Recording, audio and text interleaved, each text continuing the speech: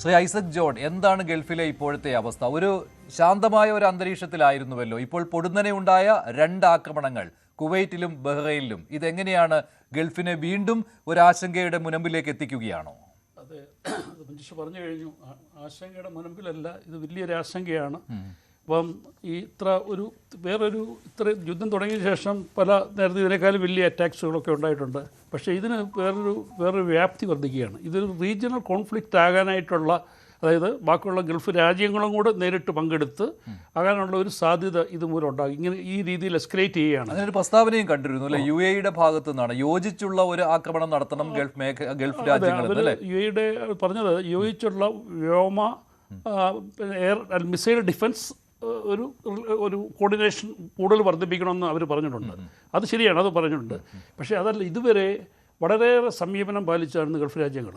അവർ തിരിച്ചടിച്ചിട്ടില്ല. എത്രയോ UAE-ക്കെതിരെ തന്നെ ഏകദേശം 3000-ഓളം അറ്റാക്സ്, അതായത് ഡ്രോണ്, മിസൈല്, അല്ലെ ബാലിസ്റ്റിക് മിസൈല്, ക്രൂസ് മിസൈൽ, ഇതെല്ലാം കൂടെ ചേർത്തുള്ള അറ്റാക്സ് ഉണ്ടായിട്ടും UAE അതിനെ തടഞ്ഞതല്ലാതെ ഒരു അറ്റാക്ക് പോലും അവിടെ നടത്തിയിട്ടില്ല.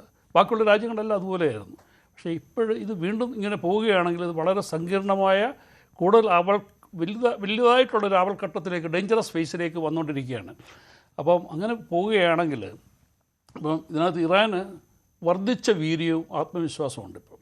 കാരണം അവർക്കറിയാം അമേരിക്ക അത്ര പറഞ്ഞ വലിയൊരു പുലിയല്ല എന്ന്. അവർക്ക് മാത്രമല്ല മനസ്സിലാക്കാൻ കഴിഞ്ഞത്, ഇറാൻ സെൽഫ് റിയലൈസേഷനായിരുന്നു.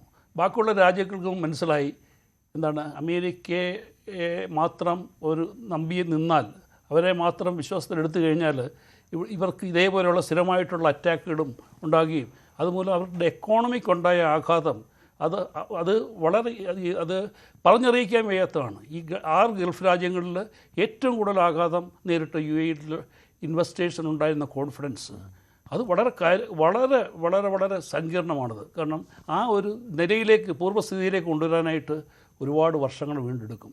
കോവിഡ് സമയത്തോ അല്ലെങ്കിൽ ഗ്ലോബൽ ഫൈനാൻഷ്യൽ ക്രൈസിസിലോ ഉണ്ടായ പോലുള്ള ക്രൈസിസ് അല്ല ഇത്. ആൾക്കാർക്ക് മനസ്സിലായി, ഇൻവെസ്റ്റേഴ്സ് മനസ്സിലായി, ഇത് എപ്പോഴും പൊട്ടിത്തെറിക്കാവുന്ന ഒരു അഗ്നിപർവ്വതത്തിൻ്റെ കീഴിലാണ്, അല്ലെങ്കിൽ അതിൻ്റെ നിഴലിലാണ് UAE എന്നുള്ള ഒരു സംഭവമാണ്. അതുപോലെ തന്നെ ബഹ്റൈൻ. അപ്പോൾ ഇവിടെയൊക്കെയുള്ള അവരുടെ സാമ്പത്തിക രംഗത്ത് മാത്രമല്ല, അവിടെയുള്ള